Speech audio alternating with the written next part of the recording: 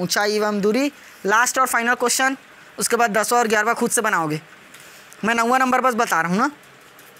एक मंदिर का शिखर, उस पर लगा झंडा भूमि के किसी बिंदु पर क्रमशः 30 अंश और 60 अंश का कोण अंतरित करते हैं। यदि मंदिर की ऊंचाई 10 मीटर हो तो झंडे की ऊंचाई ज्ञात कीजिए। बनाए चित्र। देखो, मंदिर का शिखर तथा उस पर लगा एक झंडा। एक मंदिर बना देते हैं। यहाँ क्या लगा है? एक झंडा। झंडा तो मुझे बनाने नहीं आता है।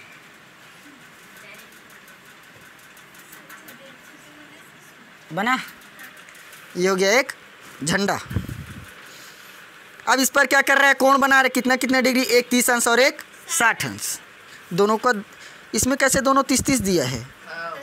एक मिनट रुको रुको।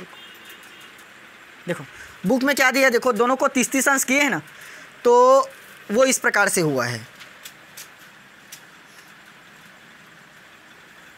देखो टोटल कितना बनाइए? 60 अंश हुआ। अब ध्यान देना, ये हमारा मंदिर का शिखर है। शिखर पर झंडा लगा है, लेकिन मंदिर नहीं है। मंदिर रहता ना, उसके शिखर पर ऐसे एक डंडा लगाते हैं, उसी पर झंडा लगा रहता है। तो ये वही है ना। तो यहाँ से हम क्या करेंगे? मंदिर बनाएंगे। ये लो, बन गया मंदिर। अब नाम दे देते हैं। पुस्तक में पहले से नाम दिया हुआ है APCB। APCB हुआ। देखो मंदिर का शिखर, मंदिर का शिखर 30 अंश और 60 अंश का कोण अंतरित कर रहे हैं। 30 अंश और 60 अंश, यानी कि जो यहाँ कोण बना है इस मंदिर पर, ये वाला कोण, मंदिर का कोण 30 अंश। तो यहाँ भी कितना डिग्री बनेगा? 30 अंश। आया? दोनों को मतलब दोनों का कोण क्या है? इक्वल रहेगा। कैसे इक्वल हुआ समझ आया ना? क्योंकि यहाँ से देखेंगे तो इस एंगल पर मंदिर है और सेम उसी एंगल पर क्या बनेगा? झंडा जहाँ पर लगा है। क्योंकि देखोगे तो नीचे से ही देखोगे, और 60 अंश है तो दोनों का दोनों कोण क्या होना चाहिए? इक्वल रहना चाहिए। और क्या दिया? देखो मंदिर की ऊंचाई कितना है? 10 मीटर। तो झंडे की ऊंचाई ज्ञात कीजिए।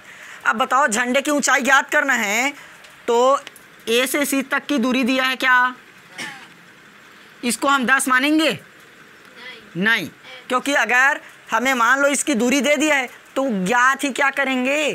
क्वेश्चन में साफ साफ बोला है, इसके आधार से झंडे की ऊंचाई ज्ञात कीजिए। किससे बोला है? नहीं नहीं,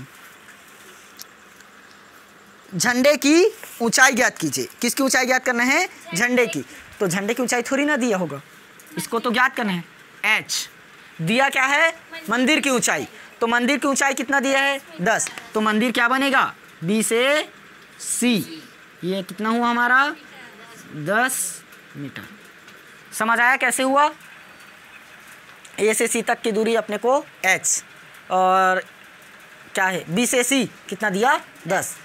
तो अब बताओगे A से B तक की दूरी क्या बननी चाहिए मेरी? 10 प्लस H कितना? H minus 10। ये क्या होगा? H minus 10। लेकिन हो सके तो हमें इसकी ज़रूरत नहीं पड़ने वाली। चलो निकालें। इसको लिख लोगे क्या? कौन सा है? 9वां कि 8वां? 9वां ना। दिया है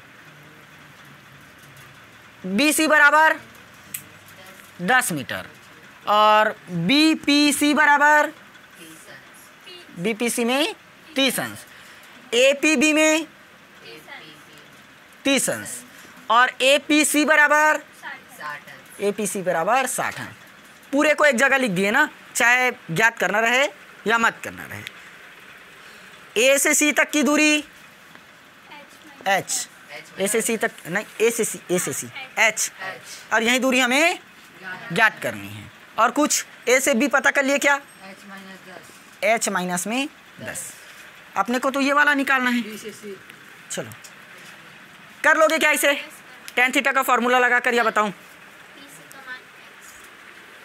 चलो देखो लगाएं।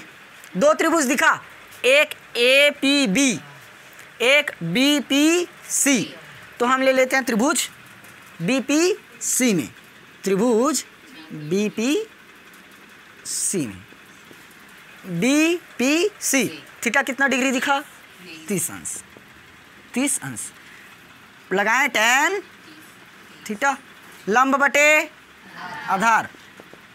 यहाँ से देखिए तो लंब कौन सा बनेगा, BC। आधार कौन सा बनेगा, PC। अब BC का मान, एक मिनट पहले थीटा रखो, tan 30 अंश। BC देखो तो 10 और PC नहीं दिया है तो इसको मान लेते हैं x। क्या माने, समझ आया? तो 10 बटे x।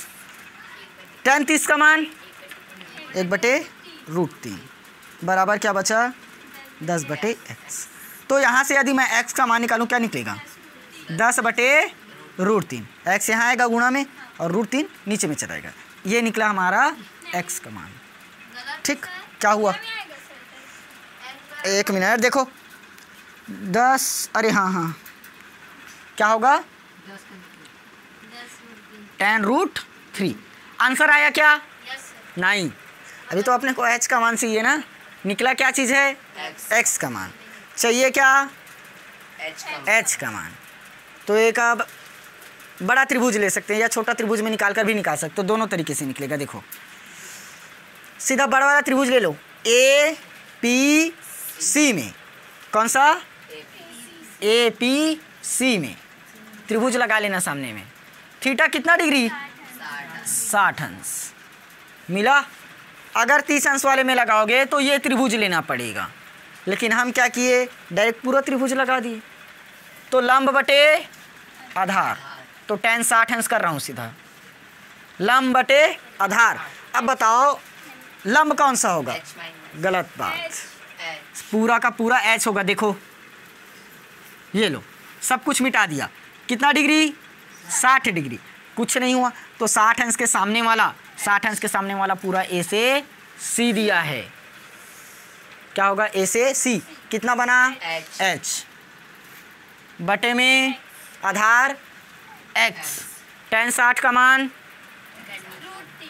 √3, h का मान ज्ञात करना है, x का मान 10 करनी 3, ये तो दिया है क्या, 10√3 गुणित √3 बराबर h। तो h का मान 10 गुणित 3, तो h बराबर 30 मीटर। इतना दिया है क्या, 20 आया है। हमें ना यहाँ से यहाँ तक की दूरी पूछा था, सबसे पहले इसकी दूरी निकालना पड़ेगा। कहाँ से, मंदिर से इस झंडे तक की दूरी, मंदिर से झंडे तक की दूरी पहले निकालोगे।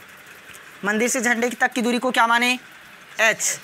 तो इस पूरे दूरी को क्या मानना पड़ेगा, h + 10। देखो यहाँ 10 है, ये कौन सा बिंदु था, B बिंदु ना। देखो C से B हमें क्वेश्चन में दे दिया है 10 मीटर है, लेकिन A से B तक की दूरी को नहीं दिया, तो A से B तक की दूरी को क्या माने, h। और ये पूरे वाली दूरी को क्या मानना पड़ेगा, अब h + 10। जो अभी h मानकर चल रहे हो, h मानकर चलोगे तो इस 10 में से घटाना पड़ेगा, ये वाला दूरी निकल जाएगा। क्वेश्चन में ना इसीलिए मिस्टेक हो रहा है क्योंकि ना हमें झंडे की ऊंचाई ज्ञात कीजिए बोल दिया है। किसकी ऊंचाई, झंडे की ऊंचाई। ये चालू है ना, देखो झंडे की ऊंचाई ज्ञात करने बोला है। अब झंडे की ऊंचाई हमें ये नहीं दिया कि मंदिर से ज्ञात कीजिए या ज़मीन से ज्ञात कीजिए, इसीलिए पूरा मिस्टेक कर रहे हैं। देखो हमने इसको क्या माना था, स्टार्टिंग में h माना था और ये वाला दूरी नहीं माने थे, नहीं माने थे ना। अच्छा h - 10 माने थे। अब देखो अगर क्वेश्चन हमें ये बोला है ज़मीन से झंडे की ऊंचाई कितनी होगी, तो वो कितना निकलेगा, 30 मीटर। लेकिन अगर मंदिर से झंडे की ऊंचाई बोलेगा तो क्या निकलेगा, h - 10। ये कितना निकलेगा, 30 - 10 यानी कि 20 मीटर। आया समझ में? क्वेश्चन पूरा नहीं है, इनकम्प्लीट है, इसलिए मैं शायद इस क्वेश्चन को पहले नहीं कराया था। देखो क्वेश्चन तुम लोग ध्यान से पढ़ना, लास्ट में हमें सिर्फ इतना ही बोला है झंडे की ऊंचाई ज्ञात कीजिए, बोला है ना, सिर्फ क्या दिया है, झंडे की ऊंचाई ज्ञात कीजिए। लेकिन ये नहीं बोला है झंडे की ऊंचाई कहाँ से ज्ञात करनी है, झंडे की ऊंचाई कहाँ से ज्ञात करनी है ये नहीं दिया कि ज़मीन से ज्ञात कीजिए या मंदिर से ज्ञात कीजिए। अगर मंदिर से देखे तो झंडे की ऊंचाई कितना बना, 20 मीटर। ये कहाँ से निकला, मंदिर से। और ज़मीन से झंडे की ऊंचाई 30 मीटर। आया समझ? अब इसको लिख लेना, नहीं तो ये कहाँ किसकी दूरी है, ये बी से ए यानी कि ए बी। ये कहाँ से होगा, ज़मीन से ना, बी से ए बी नहीं, ये ज़मीन से नहीं है, ये कहाँ से है, मंदिर से झंडे की दूरी। तो पेपर में आएगा ना तो पूरा ही निकालोगे ना, नहीं तो गलत हो जाएगा। देखो जैसे मैं अभी गलत किया, हम लोग बुक के हिसाब से आंसर को देखकर बता रहे हैं कि 20 मीटर आया, लेकिन मैं कैसे निकाला, जैसे हम लोग सवाल सॉल्व करते हैं वैसे निकाला, क्योंकि झंडे की दूरी अपने को पता नहीं थी कहाँ से निकालना है करके। तो हम क्या समझे, ज़मीन से निकालना है, समझ गए। अब हमें ये थोड़ी ना पता है, वहाँ मंदिर से बोला है, क्वेश्चन साफ बोलना चाहिए। ये कहाँ से निकला, ज़मीन से, ये ज़मीन से झंडे की ऊंचाई। अब आया समझ, क्वेश्चन ये दिया था, थोड़ा सा घुमा दिया था, घुमाया नहीं था, इनकम्प्लीट था, अधूरा छोड़ दिया है। अब क्लियर हुआ, समझ में आया। ज़मीन से बोला है तो ज़मीन से क्या होगा 30 मीटर, और यदि मंदिर से बोला है तो मंदिर से 20 मीटर। क्लियर हुआ, ये था क्वेश्चन, बनाया सही है, गलत नहीं है। समझ आया ना, नोट कर लो।